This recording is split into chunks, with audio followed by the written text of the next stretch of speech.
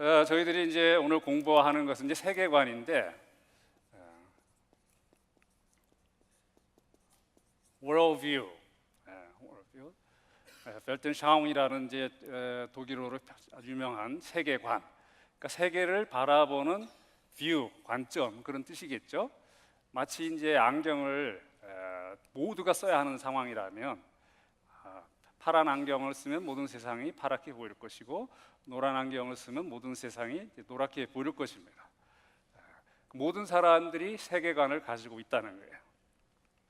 나는 그런 거 없는데, 뭐 세계관, 뭐 뷰, 포인트, 뭐 그런 거 없는데 나는 그냥 평범하게 열심히 공부하고 좋은 대학 가서 또 좋은 직장 가져서 또 좋은 사람 만나서 결혼하고 자녀들 키우고 가끔 가다 외식도 하고 맛있는 거 사 먹고 여행도 하고 뭐 그런 거지 무슨 세계관이냐, 이런 사람이 있을 거예요.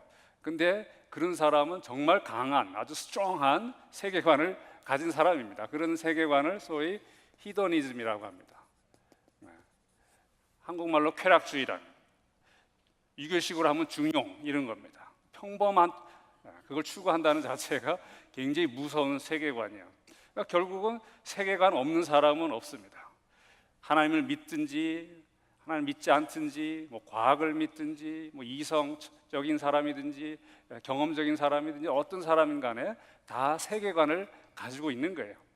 그렇기 때문에 문제는 세계관이 있느냐 없느냐가 아니고 어떤 세계관을 가지고 있느냐, 이게 문제인 겁니다. 그래서 세계관들의 충돌이라고 하는 것은 우리가 기독교 세계관, 소위 크리스찬 월드뷰를 갖고 있는데, 세계관, 즉 맞는 세계관 딱 하나뿐이 없어요. 진리라는 것은 딱 하나입니다. 나중에 이제 종교다운지를 이야기할 텐데, 종교다운지는 왜 2+2는 꼭 3만 돼야 되느냐, 관용을 베풀라 5, 6, 7도 하고 10도 되게 해라, 이런 식의 관용을 생각을 하는데, 그러면 오히려 더 혼란해집니다. 누구래도 하나가 진리인 게 나은 거 아니에요? 그래 다른 사람도 내가 진리가 아니래도 편한 겁니다. 그러니까 진리는 하나예요. 이 세계관들 중에 진리, 바른 세계관은 단 하나입니다. 바로 우리가 믿는 하나님, 기독교 세계관이 바른 진리. 그렇기 때문에 다른 세계관은 뭔가 분명히 문제가 있는 거예요. 문제가 있는 것을 찾아내는 것이 소위 이제 제가 가리키는 이제 변증학의 핵심입니다. 오늘 그 이제 시간은 맞지 않지만서도 이런 것을 여러분들에게 이제 보여주려고 합니다. 우리만이 진리고 다른 세계관들은 뭔가 문제가 있다라는 것을 들춰내고자 하는 수업이 지금 강의인 것입니다. 이런 우스갯소리가 있어요. 우리 집사람은 제가 조크하는 걸 별로 안 좋아하는데, 그래서 저는 조크하는 걸 너무 좋아합니다. 왜냐하면 우리 학생들이 강의는 생각 안 나도 조크는 생각납니다, 뭐 이런 이야기를 많이 하거든요. 콜타드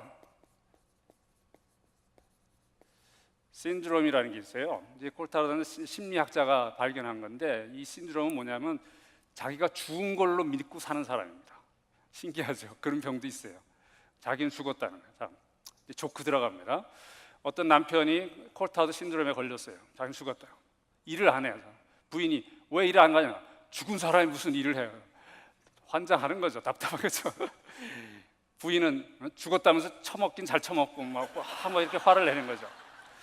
그래서 도무지 안 되겠어요. 그래서 부인이 안 되겠다 해가지고 병원에 데려갑니다. 이제 정신과 의사한테 데려가요. 이분이 남편이 뭐 이리 자기는 죽었다고 합니다. 그 의사가 이 사람 콜타병 걸렸구나. 그래서 의사가 꾀를 냅니다. 선생님, 죽은 사람이 심장이 뜁니까 안 뜁니까? 이 정신 나간 사람, 죽은 사람이 무슨 심장이 뛰어? 그러는 거예요. 그렇죠 하면서 의사가 가져와서 청진기를 가지고 그 사람 심장에 대고 그 사람 귀에 딱 갖다 댄 거예요. 심장이 뻥뻥뻥뻥 뛰잖아요. 내가 그동안 헛살았구나 하니까 부인이 할렐루야 너무 감사. 이렇게 간단한 걸 당신이 뭐 죽긴 뭘 죽어, 살았다면 그동안 잘 사는 거야. 그러니까 그 사람 하는 말이 내가 그동안 잘못 알았다고. 죽은 사람도 심장이 뛴다고. 바로 이게 세상 사람들의 세계관입니다. 그러니까 자기 세계관은 맞는 거예요, 무조건. 당신 세계관 틀렸다고 증거를 제시하면 어떻게 될까요? 그 증거가 틀렸다고 합니다. 이 세계관이 모든 것을 좌우하는 겁니다. 뭐 생각하고 행동하고 판단하고 느끼고 하는 모든 인간의 활동은 자기 세계관을 베이스로 근거로 해서 판단하고 생각하고 활동하는 겁니다. 그렇기 때문에 너무나 중요한 거예요. 그래서 우리가 불신자들을 전도할 때든지 혹은 기독교를 변론한다든지 또 우리 자신이 좀 바른 신앙생활을 한다든지 할 때 이런 차원을 많이 생각을 해야 됩니다. 겉으로 피상적으로 나타나는 거 이런 거 연연할 것 또 기죽을 필요도 없습니다. 나는 과학자인데 세상 과학자들이 너무나 잘 알고 발전시키고 또 유전공학 하나님은 살아계실 텐데 얘네들은 이렇게 뭘 잘 알지? 주눅들 필요 없습니다. 주눅들 필요 없어요. 다 하나님에 의해서 가능하게 된 거예요. 그래서 세계관, 근본, radical 하는 거죠. radical. 근본적인 문제를 우리가 다루어야 하는 것입니다. 제가 언제 시작했는지 재질 않았네요. 미리 좀 목사님이 5분 전에 좀 말씀해 주시면 감사하겠습니다. 그래서 그 다음에 제가 이제 믿음이라는 것, 또 혹은 중립성이라는 걸 제가 말씀을 드리고자 하는데요. 즉 다른 말이 아니라 이 세계관이 정말로 내가 갖고 있는 세계관이 맞다라는 그런 거, 그거 소위 이제 그 ultimate 어떤 그 commitment라는 거죠. commitment.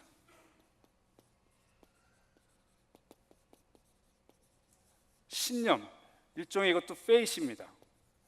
그러니까 사람들은 다 세계관을 가지고 있다면 그것이 맞다고 생각하는 거예요. 자기가 맞지 않다고 생각하는 세계관을 갖고 사는 사람은 없어요. 맞기 때문에 자기가 그렇게 세계관을 의지하는 거죠. 그럼 그건 일종의 믿음인 겁니다. 믿음, 그죠? 궁극적 ultimate commitment, 신념이에요. 양보를 할 수가 없습니다. 양보를 하면 다른 세계관을 가져야 되는 거거든요. 그럴 수는 없는 거죠. 그래서 모든 사람들이 믿음을 갖고 있는 거예요. 그러니까 여러분들이 약간 이렇게 말씀드리면 좀 마음이 편하죠. 세상 사람들은 이성, 과학, 뭐 판단, 뭐 철학, 그리고 우리는 믿음, 모르지만은 무조건 믿는 거야. 믿음. 이렇게 생각하면 우리는 조금 미신적이고 비합리적이고 좀 비논리적이고 비과학적이고 조금 떨어지는 이런 식으로 생각할 수가 있는데 절대 그렇지 않다는 거예요. 어떤 면에서는 그들이 우리보다 더 믿음이 좋습니다.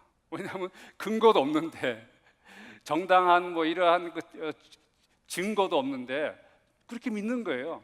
콜타르 병 걸린 사람처럼 어떻게 저렇게 신념이 강할까 이렇게 생각할 때 여러분들이 좀 마음이 편할 겁니다. 그래서 너네들은 어떤 믿음을 가졌다라고 우리가 공격 혹은 또 우리 기독교 방어를 할 필요가 있습니다. 겉으로 나타나는 거 소용없는 겁니다. 뿌리를 우리가 건드려야 하는 것이에요. 제가 예를 들자면 되게 많은 사람들이 이제 이성주의, reason, 이성을 어떤 장기 궁극적인 신념으로 삼습니다. 믿음 대 이성이라고 생각을 하죠. 대부분 어떻게 생각합니까? 어쩌면 우리 믿는 사람들도 그렇게 생각하는 경향이 있어요. 그냥 이성은 더 합리적이고 그냥 더 좋은 거고 또 머리 좋고 공부 많이 하는 사람이고 그냥 우리는 그냥 믿거라. 보이진 않지만은 뭐 증거도 없지만은 그냥 믿고 이렇게 생각을 할 수가 있습니다. 근데 이것이 아주 잘못됐다는 것을 제가 오늘 강조하고 싶어요. 왜냐하면 다 믿음을 갖고 살거든요. 다 커미먼트, 다 월뷰, 세계관을 갖고 있기 때문에 그러니까 어떤 식의 믿음이냐 이걸 따져야지 믿음 대 이성은 아닌 겁니다. 오히려 이성을 정말 이성답게 합리적으로 만드는 것이 믿음인 겁니다. 차차히 설명을 드릴게요. 하나님이신데 이성주의자들은 어떻게 생각합니까? 이성이 모든 걸 판단하고 이성적이야, 이성이 기준이야 그러면 당신은 그럼 이성을 모든 것의 기준이라 또 출발점이라 생각을 하는데 그건 어디다 근거를 두고 하는 이야기냐고 물어보세요. 그럼 그 사람들 답이 뭘까요? 이성이란데 뭐 말이 많아 이럽니다. 우리랑 비슷해요. 하나님인데 하나님이 그러시는데 뭘 말이 많아라. 아이고 저것들 아이고 아주 무식한 것들 이렇게 이야기하는데 이성주의 철학자들 물어보세요. 이성이 절대적 기준이야. 그럼 이성을 그렇게 이성으로 삼고 기준이라고 삼는 근거는 뭐냐? 얘는 뭐 이성이라는데 이런 식으로 된다는 겁니다. 얼마나 강한 신념을 갖고 있습니까? 마찬가지예요. 경험주의든지 과학주의든지 모든 사람들이 그런 식이라는 것을 우리가 알아야 됩니다. 그래서 우리가 해야 할 일들은 이 사람들이 가진 믿음, 잘못된 믿음이죠 사실. 그 그 믿음이 정말 바른 믿음이고 모든 것을 해석하시고 모든 것을 설명할 수 있는 믿음이냐, 아니면 고집과 편견과 아직 이 콜타르 병 걸린 사람처럼 그런 모습이냐, 이거를 발견해야 됩니다. 그리고 이런 모순 떼는 것을 우리가 지적을 하게 되면 그들이 당황을 하죠. 이것 봐라, 이것 봐라. 그러니까 나름대로 우리가 증명은 할 수가 있습니다. 프루프. 너가 잘못됐다는, 너의 믿음, 너의 세계관은 잘못됐다고 우리가 증명을 할 수 있어요. 얼마든지 할 수 있습니다.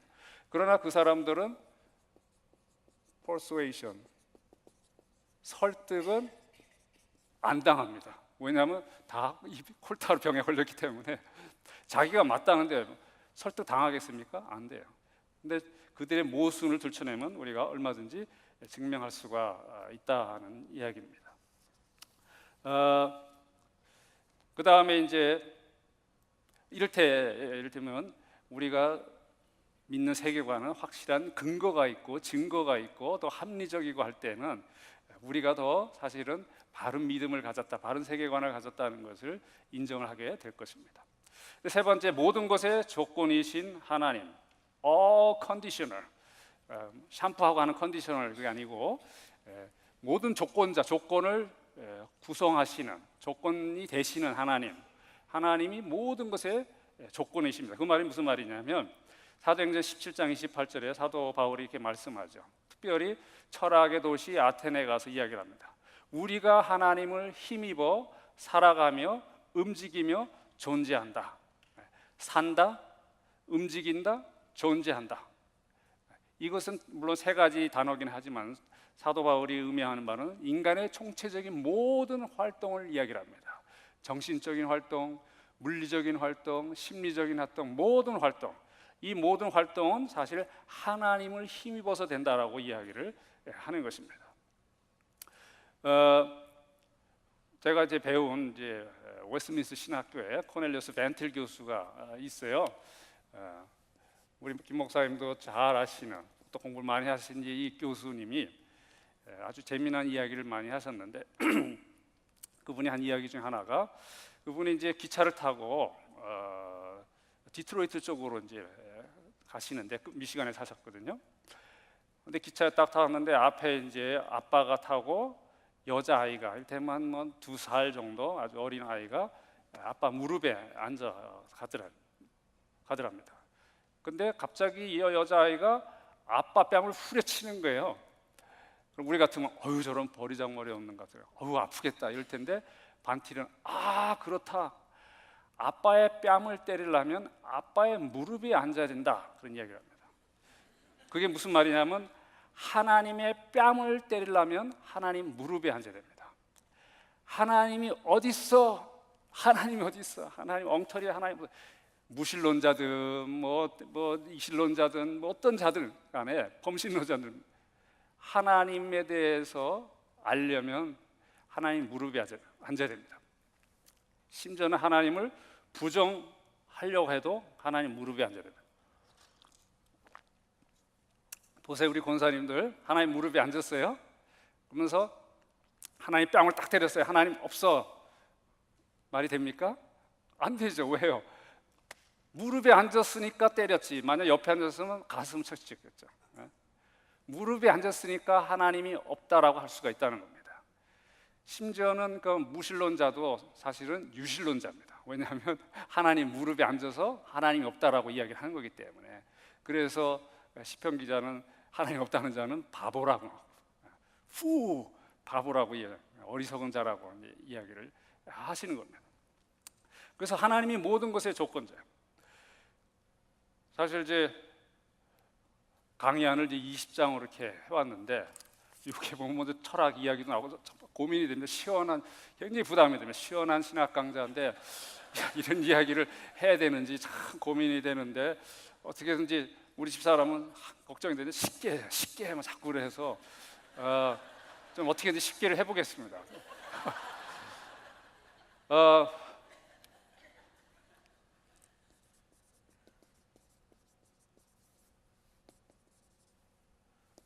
이게 참 쉽지도 않은 글을 여기다 씁니다. 보편자 개별자라는 게 있어요. 그냥 있다고 그냥 여러분들이 기억하시면 됩니다. 이게 무슨 말이냐면 이제 우리가 신학 강자라는 이름이 있지 않습니까? 신학 강좌, 신학 강자가 있어요. 신학 강자는 여러분들이 볼 수가 없어요. 만질 수, 냄새 맡을 수 없습니다. 추상적인 개념이에요. 신학 강자, 그죠? 근데 신학 강자가 가능해지려면, 그것을 이루려면 그걸 구성하는 개별자들이 있어야 됩니다. 일단은 장소가 있어야 되고, 그 다음에 이를테면 8시, 7시라는 시간도 있어야 되고, 강사도 있어야 되고, 청중도 있어야 되고, 또 주고받는 대화도 있어야 되고, 뭐 다 있어요. 마이크도 있어야 되고, 다 있어야 됩니다. 그죠? 교대도 있어야 되고, 강의안도 있어야 되고, 내용도 있어야 되고, 그런 것이 있어야 신학 강자가 됩니다. 신학 강자가 보편자라 그러면 신학 강자를 이루는 모든 것은 개별자입니다. 근데 제가 질문을 던질게요. 둘 중에 어떤 게 더 우선인 것 같습니까? 둘 중에 어떤 게 더 우선인 것 같습니까? 제가 아는 분은 정우영 집사님인데 정우영 집사님, 둘 중에 어떤 게 먼저인 것 같습니까? 아, 이쪽. 감사합니다.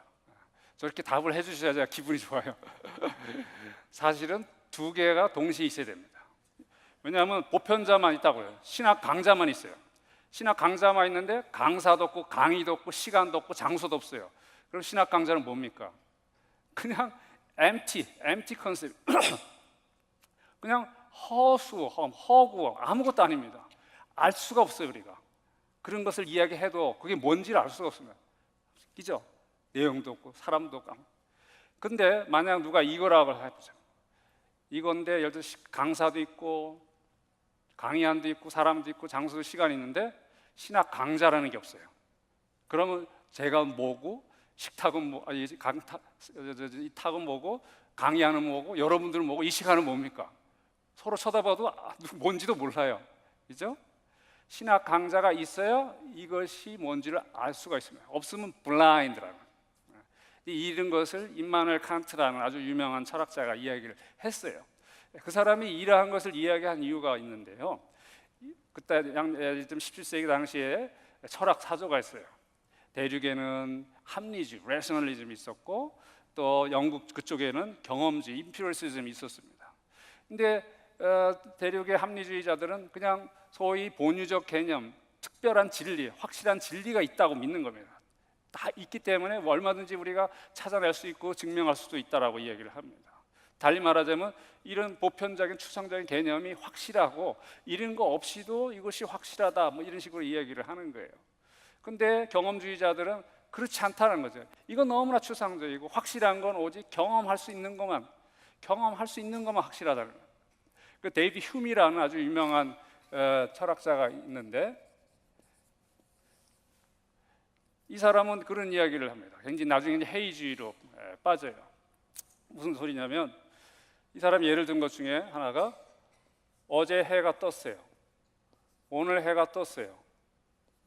내일 해가 뜨는 건 아무도 모른다는 거예요. 그래서 내일 해가 뜨는데 그거는 habit of mind, 마음의 습관이고 그냥 어저께 10년 동안 1000년 동안 떴으니까 내일도 뜨겠지라는 추측이지 내일 정말 뜬다는 소위 어려운 말로 인식론적으로 지식적으로 증거될 게 없다라는 겁니다. 무슨 말이냐면 어제 했던 거랑 오늘 했던 것에 causation, 인과관계가 있습니다. causation 아니면 연결, relation이라는 것이 있습니다. causation, relation, 뭐 션션하면 추상적인 개념이에요. 경험할 수가 없습니다. 경험할 수 있는 것은 그냥 책, 컵, 뭐 이런 것만. 그러니까 이거는 만질 수도 볼 수, 냄새 맡을 수 없는 거니까 경험할 수 없으니까 없는 거예요. 없는 겁니다. 이것이 있어야 여기에 대입을 하는데 이걸 경험을 못 하는데 내일 해가 뜨는 걸 어떻게 하냐 말이에요. 이런 식의 이야기예요. 20년 전에 나와 10년 전에 나와 오늘의 내가 같은 사람인지 모른다는 거죠. 왜냐하면 거기도 causation, 또 어떤 succession, 연속성, 아니면 또 relation 이런 것이 있잖아요. 근데 이건 경험할 수가 없거든요. 그냥 사건 팩트 이런 것만 있지 그걸 연결할 수가 없는 겁니다. 구슬만 있지 구슬 연결할 수가 없는 겁니다. 그러니까 내일 해가 뜨는지 모른다고 해요. 근데 칸트가 이걸 보고 맞구나. 칸트는 원래 이제 합리주의 전통에 배운 사람이에요. 독일 사람. 그래서 어떻게 하냐? 이걸 어떻게 하지? 정말 내일 해가 뜨긴 뜨는데 10년 전에 나와 오늘의 내가 정말 같은 난데 이거 어떻게 하지? 이 인식의 지식의 가능성을 내보인 겁니다. 그래서 세계적인 철학자가 돼요. 그러니까 칸트 별거 아니에요. 여러분 오늘부터 칸트 별거 아니라는 것을 아셔야 됩니다. 왜냐하면 칸트보다 더 중요한 이야기를 제가 말씀을 드리고 여러분들 그걸 이해하고 여러분들이 가진 세계관이 그런 거거든요. 근데 칸트는 그래서 이걸 어떻게 하면 좋냐 했을 때에 방법이 초월적 논법이라는 것을 이야기를 합니다. 자꾸 이제 영어로 써서 죄송한데 책에 다 있으니까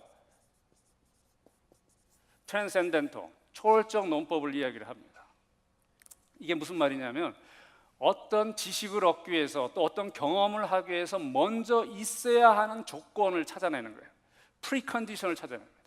내가 무엇을 알았다, 지식을 가졌다. 지식을 가능하게 한 조건이 뭐였느냐? 이것만 보여주면 되거든요. 내일 해가 뜰 수밖에 없다. 그런 조건을 제시하면 되는 겁니다. 이것은 마치 뭐냐면 여러분들 저도 우리 자녀들 미국에서 키웠는데 미국에서 보면 이 푸딩 같은 거 있잖아요. 푸딩, 젤로 푸딩.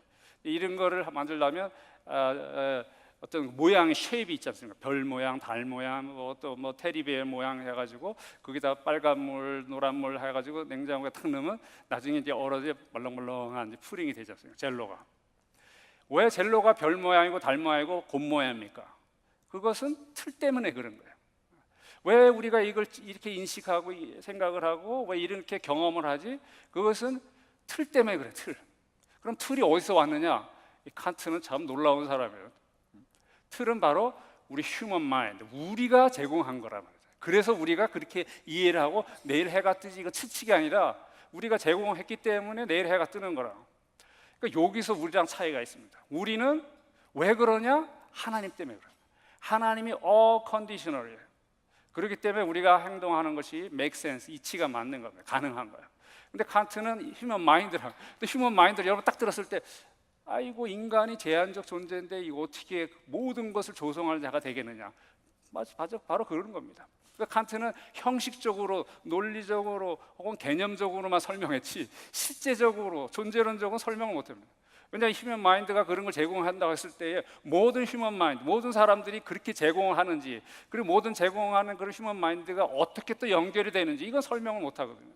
그러니까 칸트는 또 우리가 알 수 없는 하나님, 영혼, 이런 불멸, 이런 자유 이런 것은 어떻게 하냐? 이거는 소위 이제 뉴미널 월드라 본체적 세계에 있는데 그냥 그거는 있는 것처럼 행동하면 된다.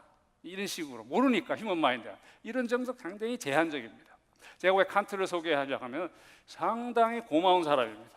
왜냐하면 인간의 철학이든지 어떤 거든지 심리든지 경험이든 과학이든지 사실 칸트가 과학을 가능하기 위해서 초월적 논법을 사용한 거거든요. 이러한 것들 정말 가능하게 하고 이치에 맞게 하려면 어떤 프리컨디션이 필요하다는 것을 제공해 준 것만 해도 우리는 고맙게 생각을 해야 됩니다. 근데 답이 틀린 거예요. 제한된 형식적인 인간만으로 제한을 했기 때문에 그렇습니다. 그걸 우리가 좀 역이용을 해서 하나님이 그러셨다. 하나님이 모든 것의 컨디션이라 그렇게 말씀을 드리고 싶은 겁니다.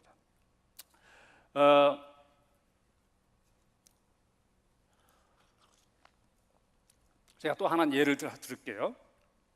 우리가 무엇을 판단하고 무엇을 측정하고 무엇을 알고 무슨 경험하는 그런 방법이 오직 눈동자를 통해서만 가능하다고 생각합시다.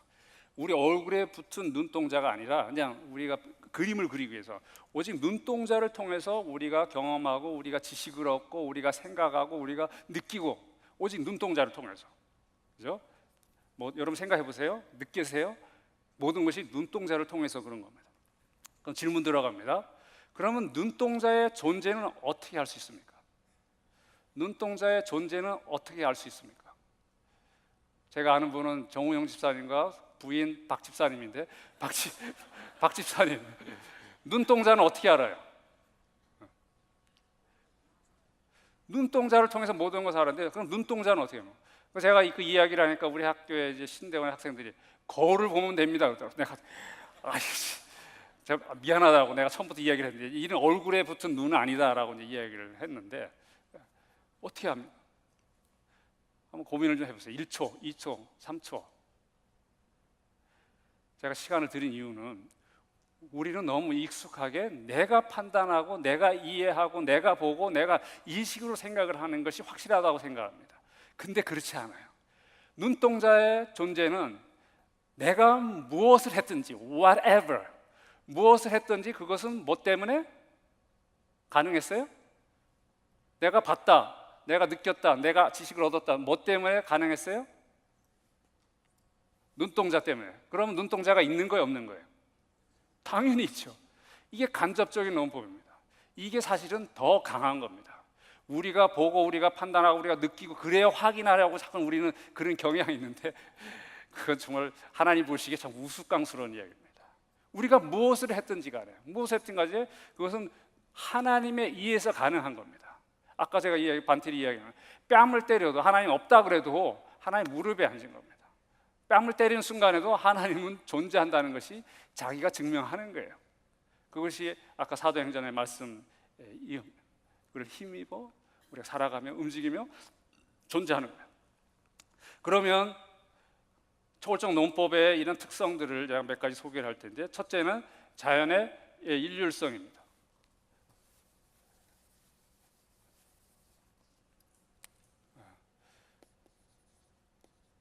Uniformity of nature.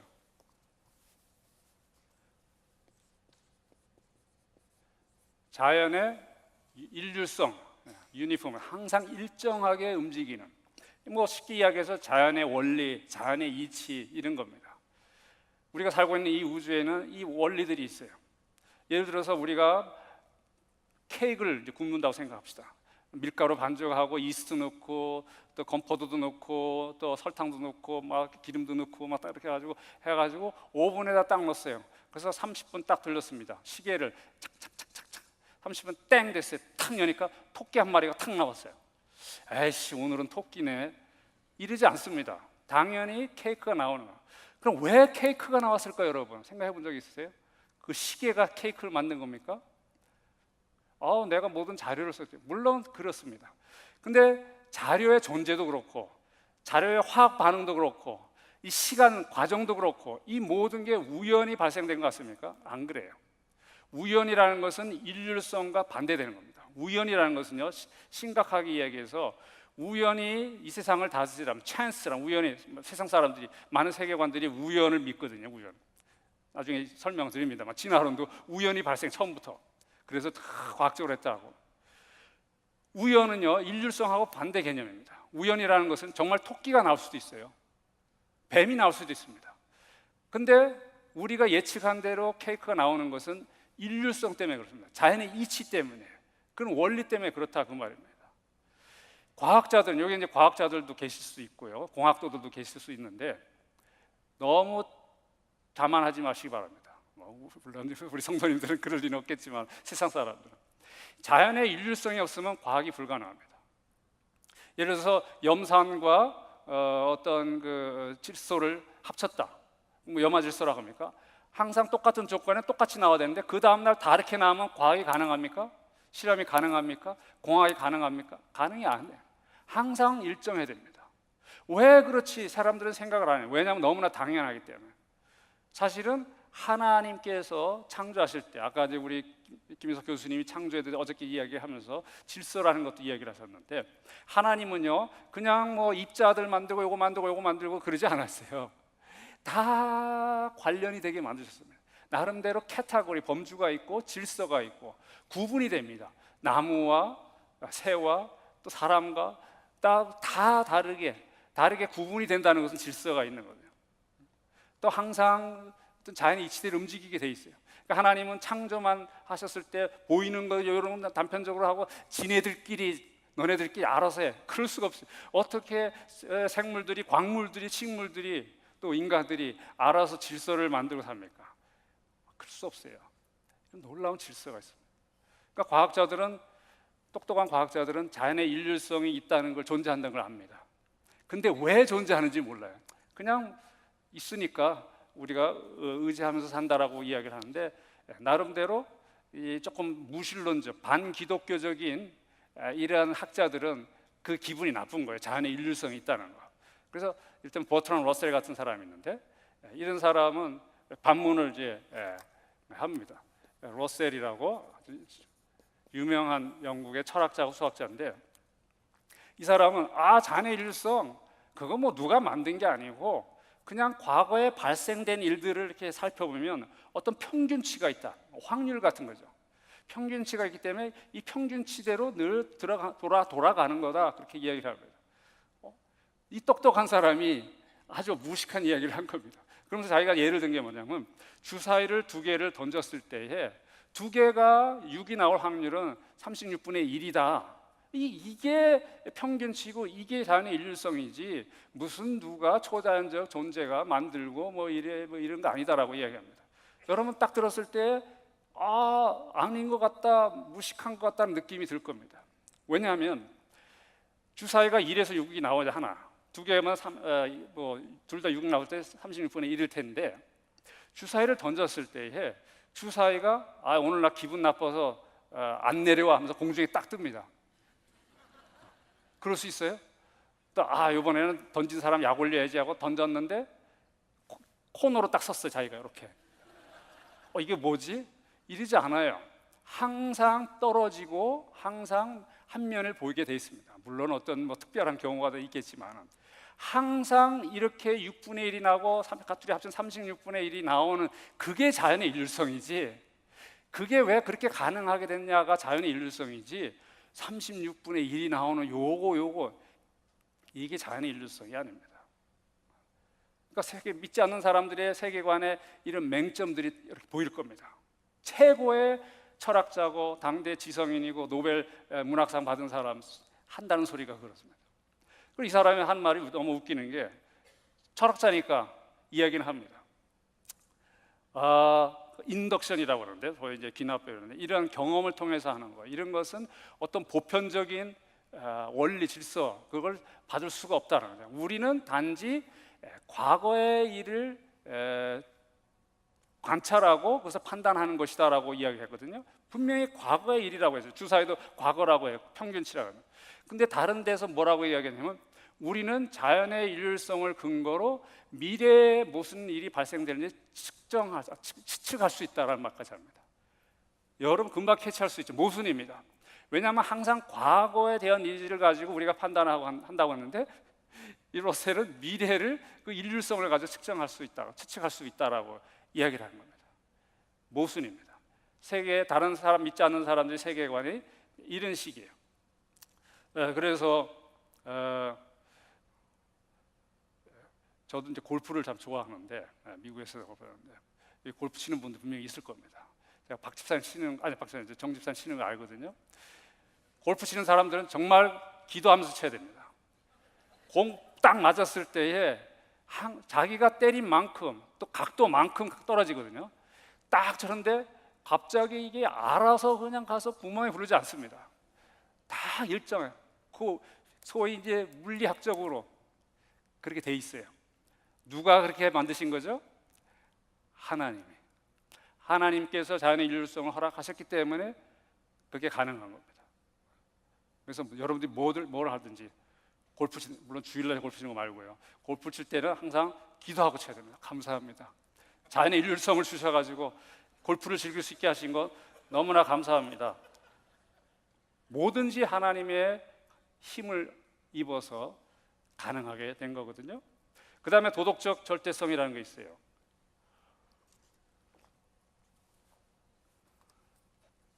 moral absolute이라고 이제 이야기를 하는데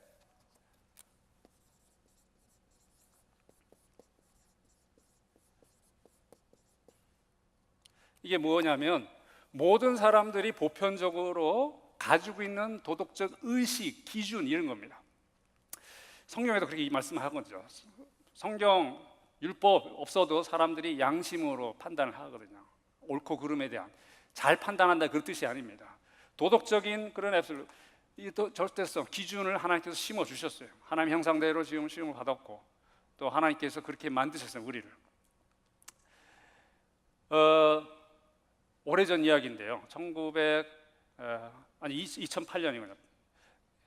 나영이 사건이라고 한국에 아주 큰 사건입니다. 이명박 대통령 때였는데 이 조두순이라는 사람이 나영 8살인가 9살 여자아이를 교회 화장실 데려가서 아주 그 잔혹하게 성폭행한, 그래서 뭐 그 어떤 생식기든지 학문이든지 심지어 대장까지 다 망가지게 만든 그런 끔찍한 사건이 발생했었습니다.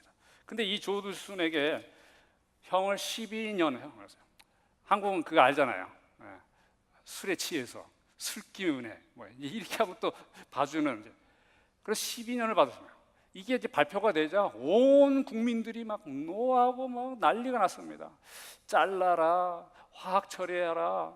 심지어는 이명박 대통령도 재판 다시 해라. 나 그 소리 듣고 저분 무식한 분이구나 제가 알았어요.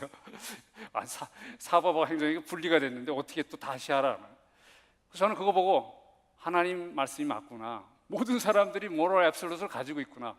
가르쳐주지도 않는다. 신기하게 저 사람들 하나님 믿지 않는데 진화론을 묻는데 틀렸다고 나쁜 놈이라고 그래요. 너무 신기했어요. 감사했어요. 여러분들 진화론, 나중에 진화론 시간 되면 설명을 할 텐데, 진화론이라는 것은 소위 물질, material, 물질, 화학 반응, 시간, 움직임, 이게 전부입니다. 진화론은 이게 전부예요. 어떤 정신적인 거, 윤리적인 거, 영적인 거 이런 거 없어요. 그냥 물질, 화학, 시간, 움직임 이거만 있습니다. 이런 것만 있는데 도덕성이 어디서 생깁니까? 진화론적인 세계관은 많다, 적다, 빠르다, 뭐 지저분하다, 복잡하다 이건 있어도 악하다, 선하다 이건 있을 수가 없습니다. 많으면 많은 거지. 막 복잡하게 반응하면 반응한 거지. 왜 악한 게 나옵니까? 나중에 제가 리차드 도킨스를 소개를 하겠습니다만 그 사람 변명이 어떤 건지. 도덕성이 있을 수가 없어요. 그러니까 진화론을 믿으면서 조두순을 보고 나쁘다고 이야기를 하고, 참 이해가 안 돼요. 이해가 안 돼요. 그래서 여러분들 이제 자녀들 중에, 손주 중에, 혹은 이제 조카들 중에 공부하는 학생들이 있으면 그 학생 이제 선생이 혹시 진화론을 믿거든 컨닝해도 된다고, 치팅해도 된다고 이야기하세요. 컨닝을 막 합니다. 선생님, 이 나쁜 놈 같은 뭐 하는 것이야? 그러면 대답을 합니다. 나쁜 거요? 나쁜 게 뭐죠? 이건 제 그냥 화학 반응입니다. 내 몸 안에 DNA 프로세스인데 뭐를 나쁘다 하는 겁니까? 할 말 없어요. 그러니까 결국은 이런 선생도 하나님 무릎에 앉아서 하는 거예요. 하나님 무릎에 앉아서 진화론을 믿는 겁니다. 이게 모순이죠.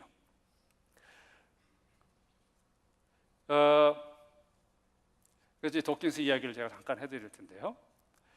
도킨스가 이제 망상의 신, The God Delusion이라는 책을 써서 아주 뭐 억만장자가 됐어요. 얼마나 많이 벌었는지. 옥스퍼드 대학 교수인데 이 사람이 그 Selfish Gene이라는 이기적인 유전자라는 책을 썼어요. 그런 글을. 그 망상의 신의 책에서 그 이야기를 합니다. 왜 악이 있고 선이 있느냐? 이런 이기적인 유전자와 또 이타적인 이타적인 유전에 의해서 어떤 반응과 뭐 이런 뭐라고 해야 됩니까? 어떤 교합과 분리와 뭐 이런 진화론적 과정에서 생긴다고요. 얼마나 엉터리 같은 이야기입니까? 왜요? 도킨스는 이기적이라는 것을 어떻게 알았어요? 이기적이라는 것의 개념을 자기가 미리 알고 붙인 거예요. 도덕적 절대성이라는 것은 뭘 어떻게 설명하죠? 악에 대해 선에 대해서 어떻게 설명할 수 있느냐 그걸 요구하는 게 아니라 악을 어떻게 설명하지? 이란 그 생각조차도 벌써 도덕적 절대성을 가지고 있는 겁니다. 이기적이라는 개념을 가지고 있는 것이 도덕적 절대성을 이미 가지고 있다는 뜻입니다. 이게 어디서 생겼을까요? 무슨 입자들이, 물질들이, 시간들이, 화학 반응들이, 심지어는 동물들이, 우리가 만들었을까요? 아니에요. 그냥 우리는 이런 것이 있기 때문에 법도 만들고 규정하고 정제도 합니다. 또 어떤 사람들은 그런 얘기를 하죠. 그건 상대적이라고. 왜냐하면 어떤 미개한 부족에 가면 자식들을 신에다 바친단 말이죠. 그건 죄가 아니다. 선진사회에서는 죄가 될지 모르죠. 도덕성이라는 게 이런 거다 그렇게 이야기합니다. 우리는 그렇게 그걸 이야기하는 것이 아니라 왜 미개한 나라에서는 우리 자식을 신에게 바쳐야만 한다. ought to 해야만 한다. 이 당위성이 어디서 왔냐 말이죠. 이거 무식하니까 당위성은 아는데 이상하게 이제 결론을 맺은 거죠. 이 당위성이 모럴 앱솔루트. 이런 걸 사람들이 어떻게 할까요? 신기해요. 신기해요. 배우지 않아도 여러분 어린아이들 키우는 거 보세요.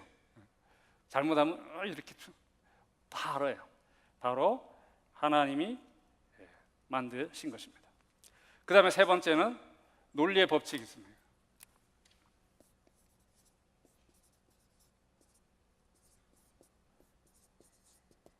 논리의 법칙. 세상 사람들 논리 좋아합니다. 논리적으로 생각하는 참 웃기는 이야기입니다. 사실은 웃기는. 왜냐하면 논리의 법칙은요, 사람들이 자기네들이 아무리 논리적이고 논리학자라도 자기가 만든 게 아닙니다. 논리의 법칙들이 있으니까 그것을 표현을 하는 거예요. 표현을. 아시죠? 표현을 한 겁니다. 예를 들면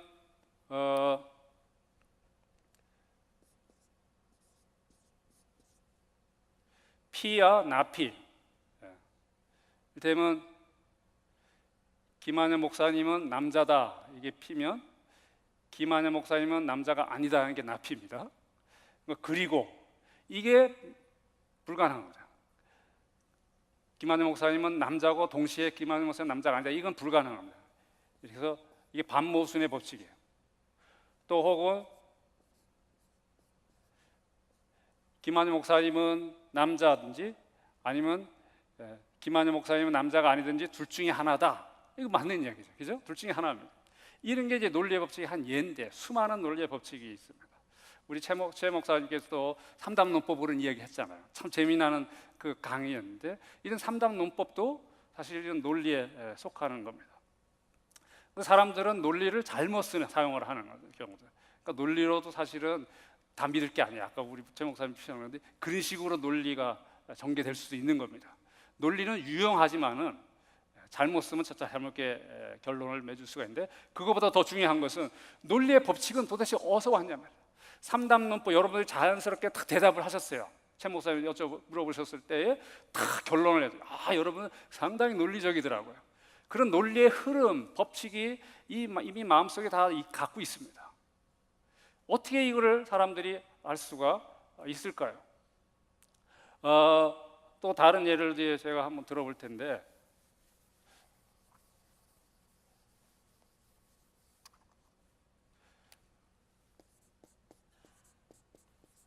그 아까 소개한 벤틀 교수는 불신자들은 2 더하기 2는 4라는 것을 모른다, 그렇게 이야기를 합니다. 그러니까 불신자들이 얼마나 황당하겠어요. 저거는 또 하여튼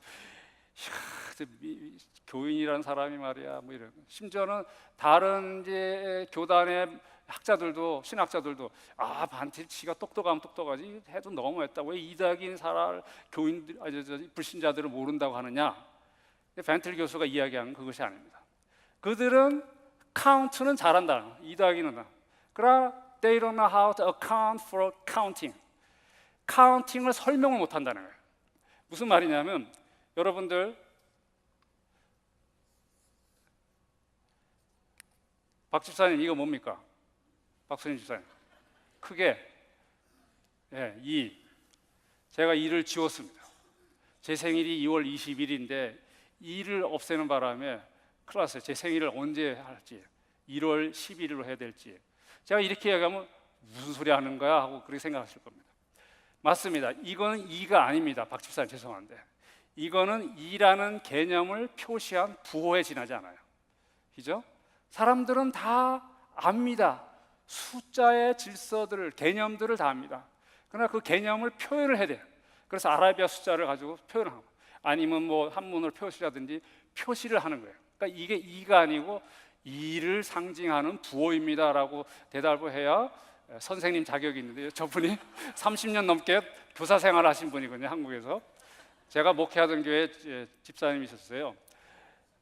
이거는 2를 개념을 표시한 부호에 지나잖아요. 그렇다면 반틀이 뭘 이야기하려냐면, 2라는 것은 홀로 존재하지 않아요. 2라는 개념은 중립적인 뉴트럴 팩트가 아닙니다. 얘는 질서가 있어야지 소위 수치, value가 가능합니다. 이 전에는 1이 와야 되고, 이 다음에는 3이 와야 되고, 4가 오고, 이의 두 배는 사고, 이런 질서와 순서와 서로 관계가 있어야 이가 됩니다. 그죠? 그래야 이 밸류, 수치가 있어야 이라는 수치 밸류 더하기 이라는 밸류 들어가면 4라는 수치가 된다라는 이 계산이 나오는 거지. 이 질서를 무시하고 계산만 잘하면 잘한 거냐? 반틸이 그 이야기예요. 그건 아니다 말이죠. 아, 그래, 너네 똑똑해. 그래, 똑똑해. 과학자들 니네 그래 잘해. 그러나 그 질서, 자연의 일률성이랄까, 아니면 수량적 질서랄까, 이런 논리적 법칙이랄까, 이런 걸 너희들이 인정을 하냐 말이죠. 인정 안 하고 그냥 몰래 돈도 안 내고 이용을 합니다. 하나님의 것을 이용을 해가지고 답만 딸랑 하는 거예요. 이치에 맞지 않아요. doesn't make sense. 이런 질서를 알아야 제대로 2 더하기는 4라는 이야기를 할 수가 있는 겁니다. 그러니까 저 여러분은 2 더하기 4, 물론 더 복잡한 거 막 그건 못할 수도 있어요. 그죠? 못한다고 주눅들 필요 없어요. 왜냐하면 우리는 더 근본적인 것을 아니까. 그렇게 되는 이유는 하나님께서 그런 질서를 만드셨기 때문에 그렇다는 이야기를 해야 됩니다. 이 논리의 법칙들은 이 수량적인 것만 아니라 사실은 생각 프로세스, 과정, 이런 것도 굉장히 중요합니다. 여러분들 주로 하나님을 믿는 데 있어서 어떤 자연의 이런 제한, 우리가 날지 못하잖아요. 병들면 뭐 바이러스 걸리면 아프고 뭐 이런 게 연약함을 아니까 하나님을 의존합니다. 조금 더 신앙 있는 분은 윤리적인 거, 내가 악한 생각을 하면 안 되는데, 이렇게 하면 안 되는데, 하나님한테 죄송하지, 이런 거는 되는데, 이 생각이라니 논리의 법칙 이런 것들은 우리 건 줄 알아요. 그거 잘못된 겁니다. 자연이 저절로 된 것이 아닌 것처럼 우리의 생각의 프로세스도 하나님이 주신 질서와 원리들을 우리가 의존해서 생각을 하는 겁니다. 그러니까 잘 생각을 해야 돼요. 물론 이제 아빠 뺨을 때려도 아빠 무릎에 앉아야 되는 것처럼 잘못 생각해도 사실은 하나님을 의존하는 것입니다.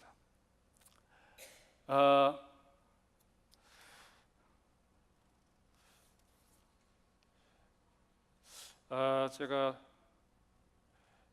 조금 이제 시간이 없는 것 같아서 넘어가는데, 조크는 안 넘어가겠습니다. 조크는 제가 목사님 죄송한데 물병 또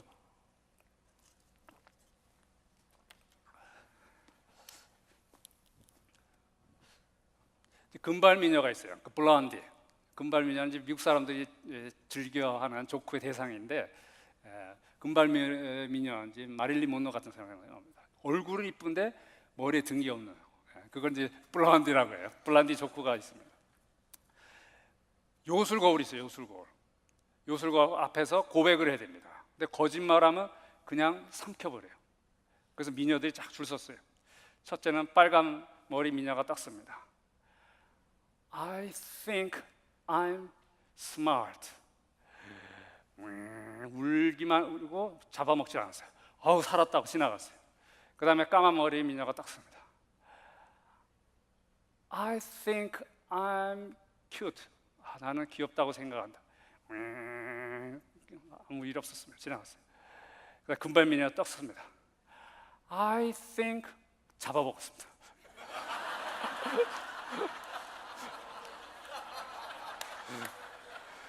말도 못하고 잡아먹었어요. 네가 무슨 생각이냐는 거죠. 저는 믿지 않는 사람들이 이렇다고, 금발미녀라니까 조금 칭찬 같은데, 자기네들이 생각할 줄 안다고 생각하는 거죠. 너무 어리석은 겁니다. 생각이 가능하려면 논리의 법칙이 가능해야 됩니다. 나는 오늘 아침에 일찍 일어났더니 너무 피곤하다. 상당히 논리적인 질서, 이런 것이 저절로 자기가 생각하는 게 아닙니다. 그런 원리들, 그런 백그라운드 혹은 그런 질서를 하나님께서 허락하셨기 때문에 자기가 그렇게 생각을 하는 거거든요. 자기가 생각한다. 나는 생각한다, 고로 존재한다, 데카르트, 무식한 이야기입니다. 무식한 이야기.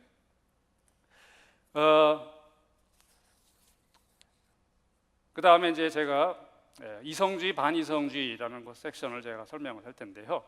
이게 말은 좀 어렵습니다. 이 말은 어려운데 이거 쉽게 이야기해서, 이성주의라는 것은 자기가 이성으로 생각해서 뭐를 판단하고 안다는 것이고, 반이성주의라는 것은 요새 포스트 모던 같은 이성의 이런 역할이나 능력을 부인하면서 아무도 모르고 그냥 느낌대로 한다, 그런 뜻입니다. 조금 어려운 말로 하자면 rationalism이라는 것은 autonomous, 자기가 기준이고 자기가 autonomous, 자기가 법이에요. 그 다음에 반이성주의라는 것은 heteronomous, 자기 외에 다른 것이 법이라 하는 겁니다. 만약에 이것이 동시에 있다면 모순이에요. 이걸 모순이라고 합니다. 자기가 법이라고 말해놓고 은근히 다른 법을 의지를 합니다. 그건 모순이에요. 자기가 법이라고, 자기가 모든 것이라고 해놓고 다른 것을 들여오면 그게 모순입니다. 세상의 세계관들이 다 이러한 모습을 가지고 있다는 것이 반틀 교수의 이야기입니다.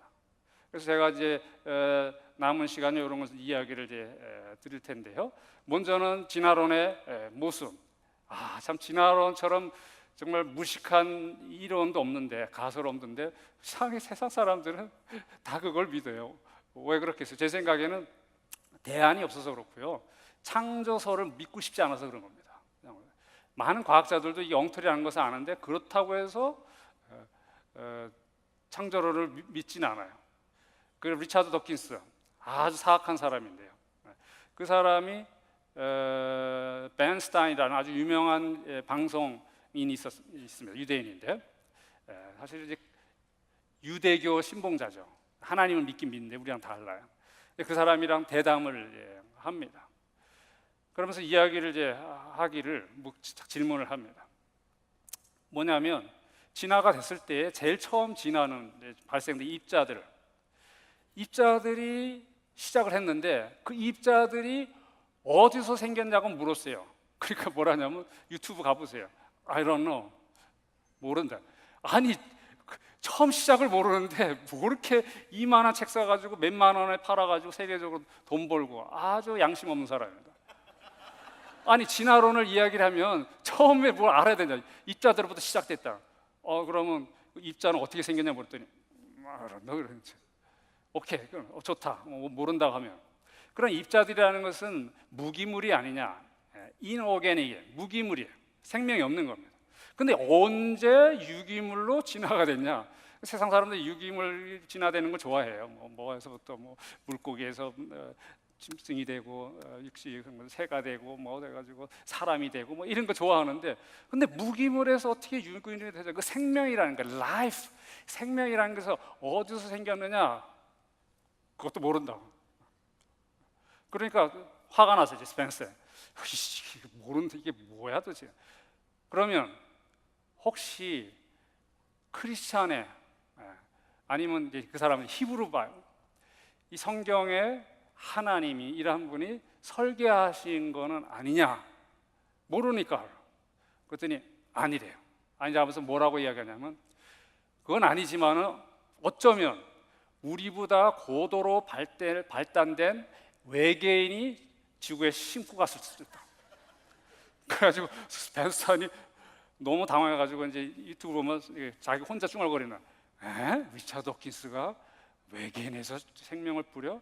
하나님은 아니고? 이런 이야기가 재미나네요.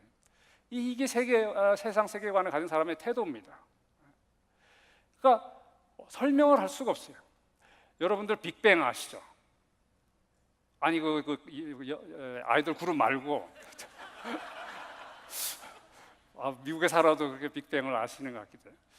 그러니까 소위 이제 대폭발, 이 우주의 시작이 폭발에서 시작해서 팽창을 하고 지구도 이렇게 되고 모든 질서를 잡았고 태양도 있고 목성, 토성도 있다라고. 이게 얼마나 황당한 이야기입니까? 왜냐하면 여러분들, 어떠한 곳에 폭발이 일어났어요. 폭탄, 히로시마든지 아니면 어디 최근에 발생되는 폭탄, 아니 쓰나미. 그러면 질서스럽습니까? 질서가 있습니까? 무질서하게 되는 거죠. 근데 빅뱅이 터져서 질서가 됐다. 너무 황당한 이야기입니다. 그래서 어떤 책을 봤더니 어떤 통계학자가 이야기를 하기를, 빅뱅이 터져 대폭발이 나서 이 우주가 이렇게 질서를 잡혔다는 확률은 지나가다가 복권을 주셨어요.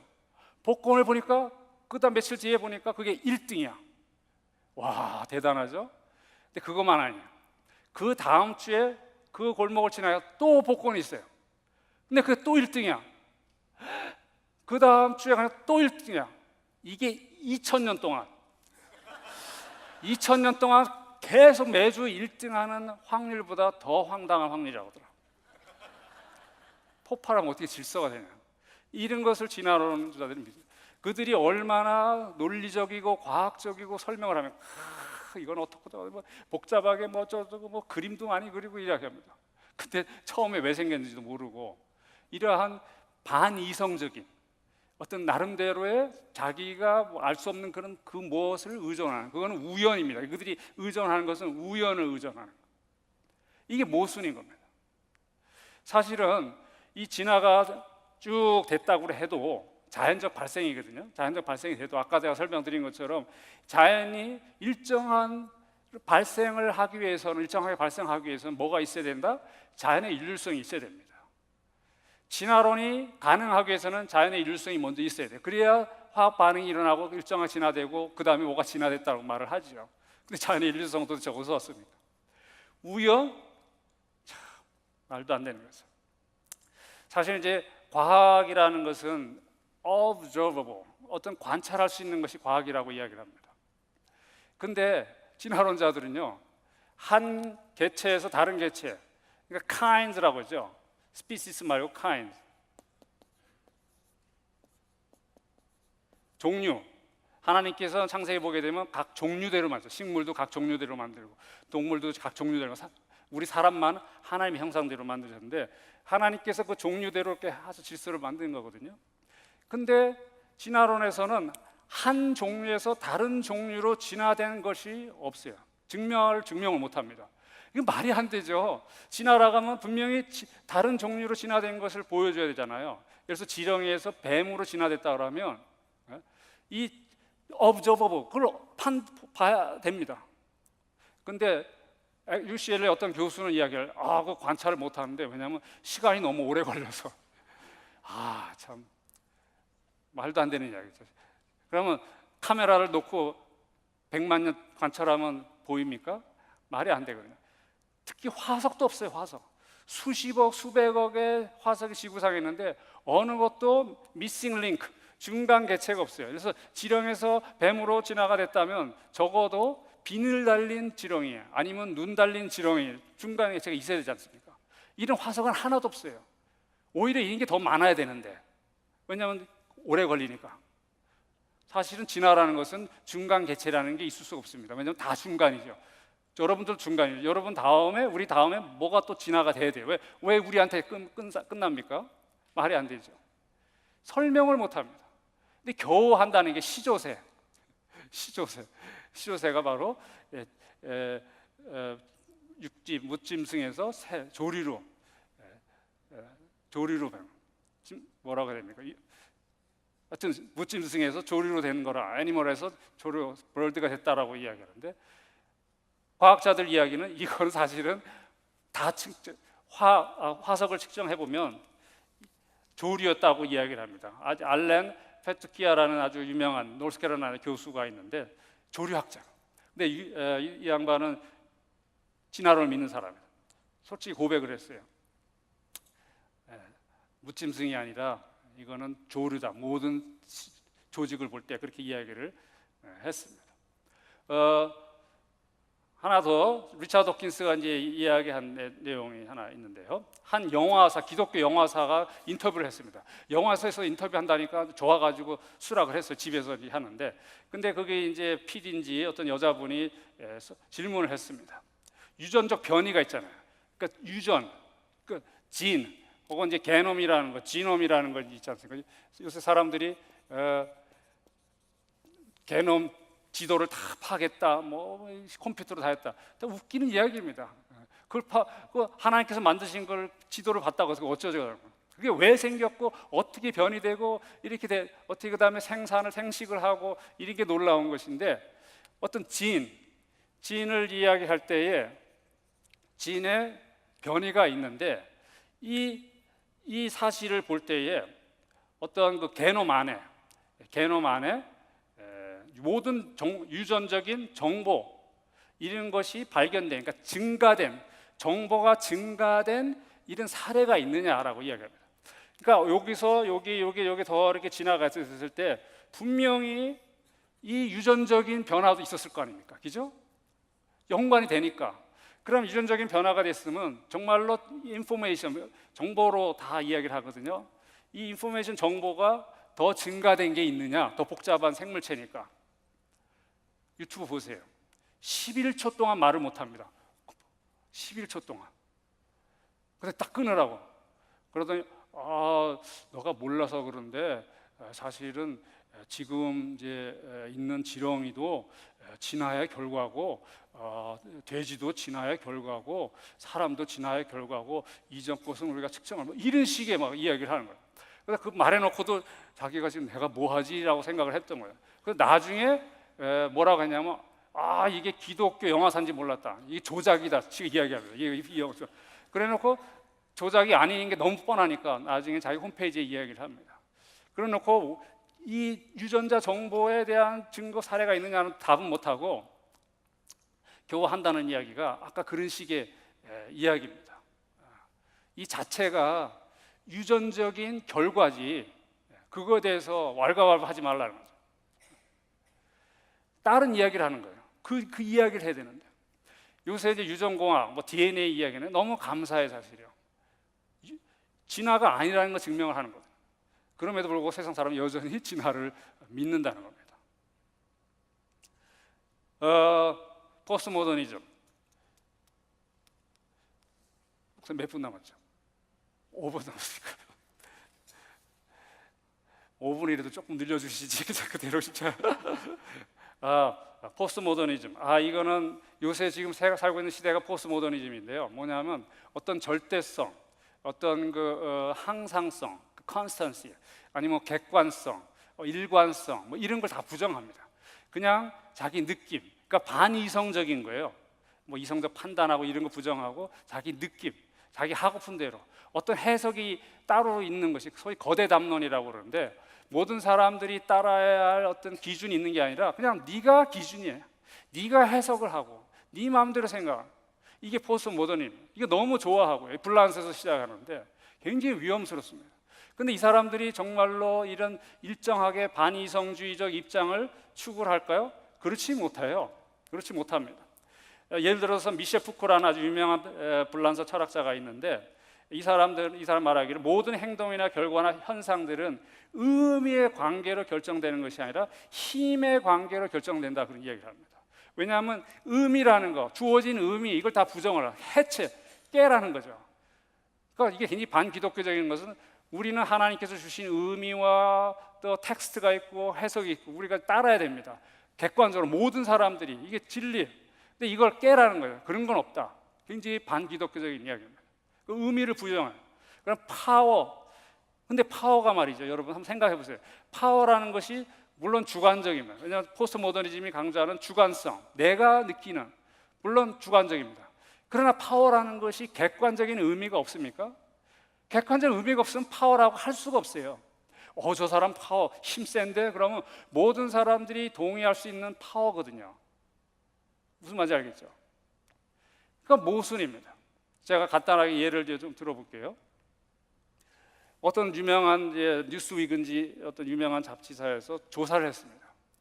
질문이 뭐냐면 요새 이제 젊은이들이 포스트 모던, 자기 마음대로 생각대로 뭐 이런 사고가 크니까 이 사람들이 어떤 의식이 어떤가 해서 조사를 서베이를 했는데 질문이 이렇습니다.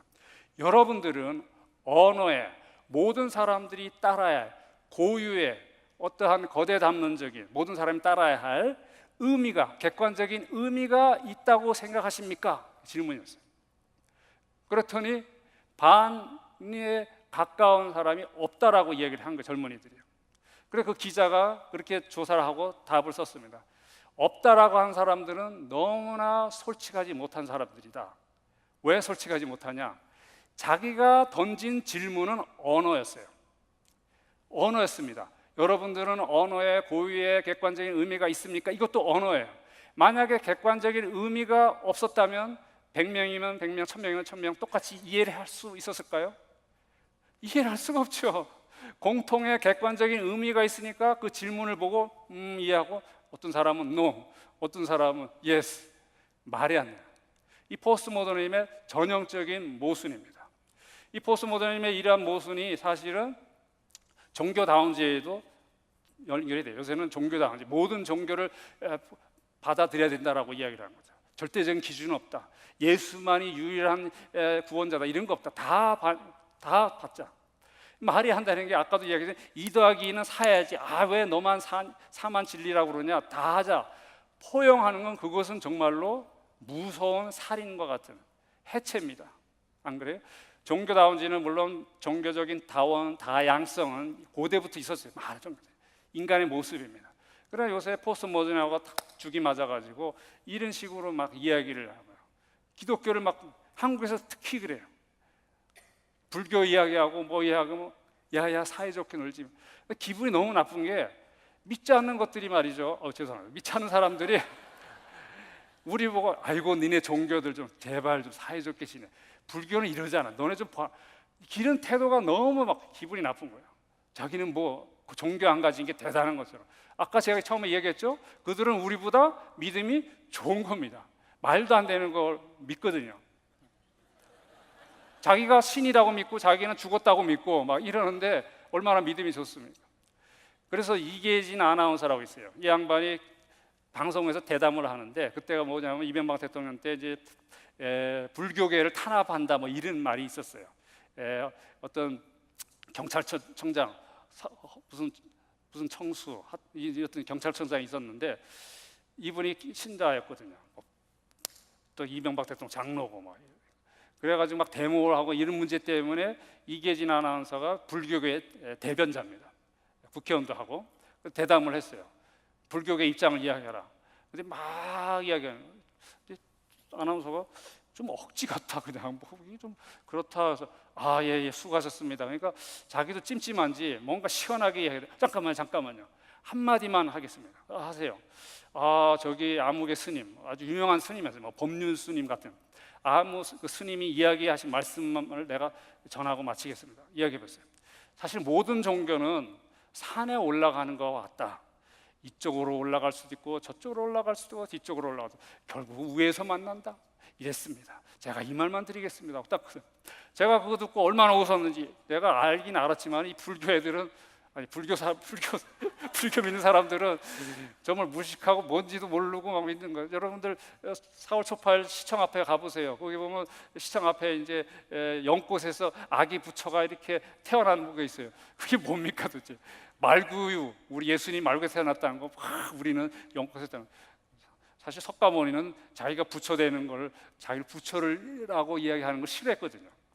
근데 석가모니 하여튼 석가모니만 부처예요. 어떻게 보세요. 모든 종교들이 산으로 올라가는 결국 위에 만난다라고 굉장히 종교다원주의이고 굉장히 관용적입니다. 이게 모순이 뭡니까? 그 말은 뭐냐면 소위 irrationalism, 반이성주의야. 너네들 절대적인 거 주장하지 마라. 아무도 모른다. 아무도 모르면 끝까지 몰라야지. 왜 다 위에서 만난다고 이야기하는 거야? 왜 위에서 지가 뭔데? 지가 법륜이니 무슨 자기가 뭔데 다 위에서 만나. 자기는 무슨 뭐 우주이니 위에서 쳐다봅니까?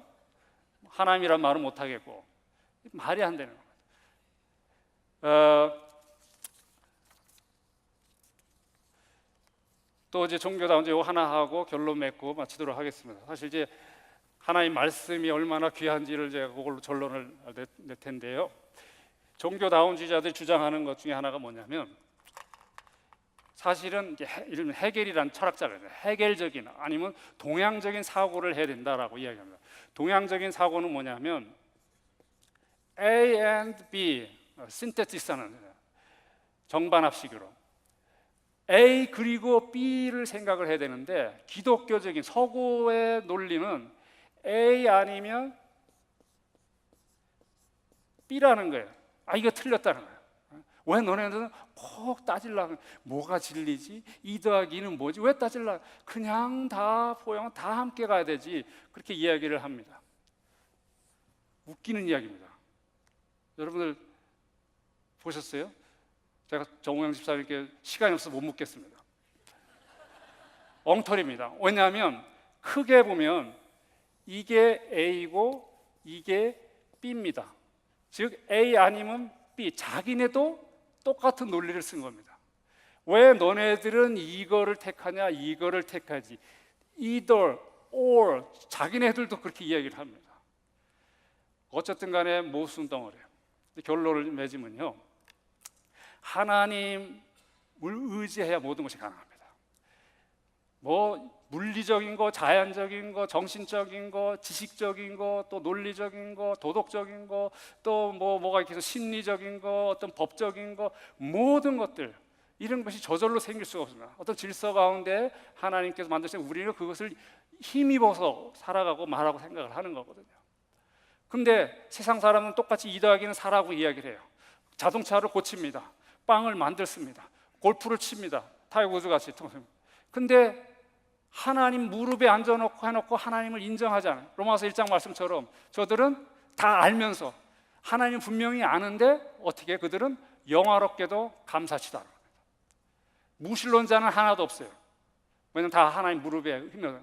그런데 대적하는 사람들은 언약적 백성이냐 그렇지 않느냐 하는 구분이 됩니다. 대적을 감사하지도 않고 영화롭게도 하지 않는 거죠. 할 줄은 다 하는데 2 더하기 4를 너무 잘하고 다 하는데 그거 왜 가능하게 된 것인지 생각도 안 하고 그것을 만드신 하나님 창조주를 찾지 않은 겁니다.